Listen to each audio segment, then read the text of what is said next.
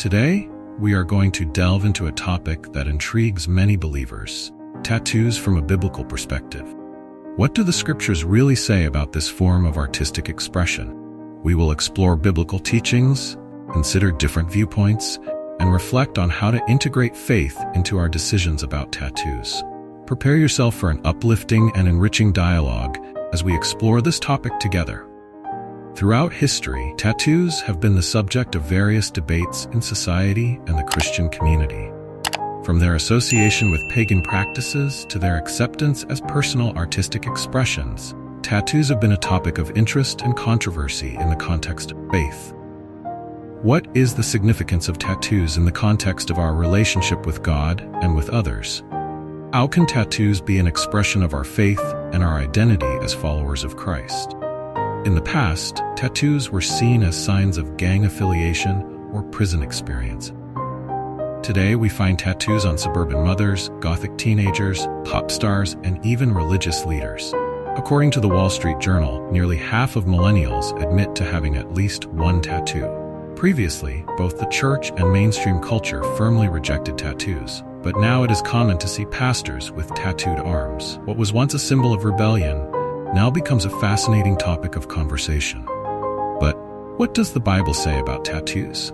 The Old Testament provides guidance. Moses, in the first 5 books of the Bible, establishes about 613 laws, ranging from the sacrificial system and priestly duties to the lifestyle and governance of the Jewish people. In Leviticus 19:28, God prohibits tattoos as a form of worship of the dead, declaring, "Do not cut your bodies for the dead or put tattoo marks on yourselves." The biblical prohibition of tattoos leads us to reflect on the reasons behind this divine instruction. To fully understand the meaning of this prohibition, it is crucial to consider the historical and cultural context in which it was given.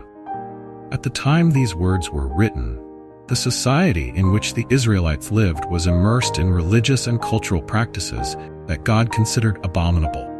Many of these practices involved body modification, including tattoos, as part of rituals for worshiping pagan gods and mourning the dead. God gave these specific instructions to his people to protect them from being drawn into the pagan customs and practices around them.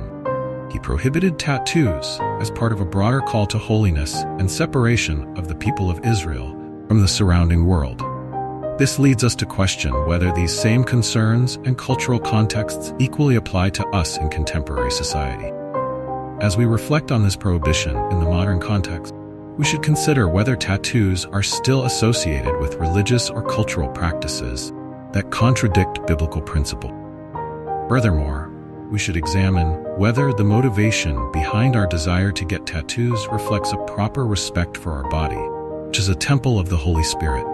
Ultimately, this reflection invites us to discern whether tattoos in our contemporary society still represent a deviation from the values and holiness that God calls us to maintain.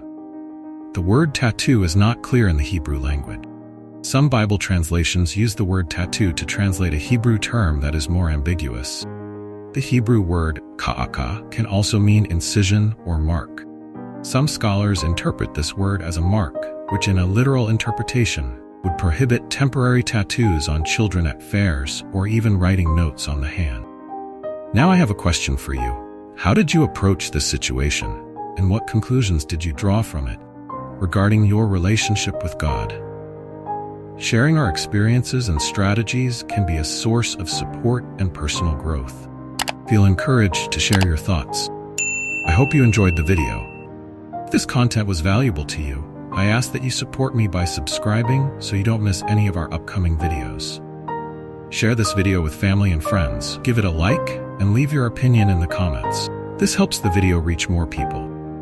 Together, we can enlighten more minds and expand our understanding. Thank you for being here, and may God bless you.